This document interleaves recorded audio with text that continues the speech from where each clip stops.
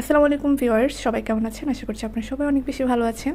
Facebook scrolling করতে করতে হঠাৎ একটা টিপস পেলাম যে বরফের মাধ্যমে নাকি রুম ঠান্ডা হয়ে যায়।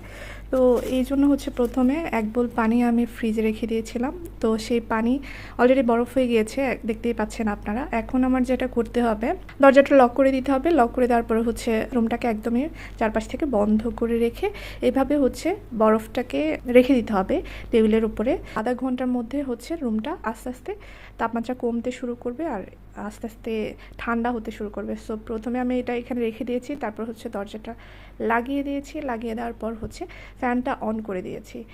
সো আধা ঘন্টা পর খেয়াল করলাম যে আসলেই কিন্তু রুমের টেম্পারেচার অনেকটাই কমে গিয়েছিল আর রুমটা অনেকটাই ঠান্ডা মনে হচ্ছিল আমার কাছে। বরফের পরিমাণ আরও একটু বেশি থাকলে হয়তো আরও বেশি ঠান্ডা হতো। সো আপনারা চাইলে এই হ্যাকটা বাসায় ট্রাই করে দেখতে পারেন। আমার এই টিপসটা ভালো লেগে থাকলে অবশ্যই ভিডিওতে লাইক দিতে ভুলবেন না। চাইলে আপনার ফ্রেন্ডস অ্যান্ড ফ্যামিলির সাথে এই ভিডিও শেয়ার করে দিতে পারেন।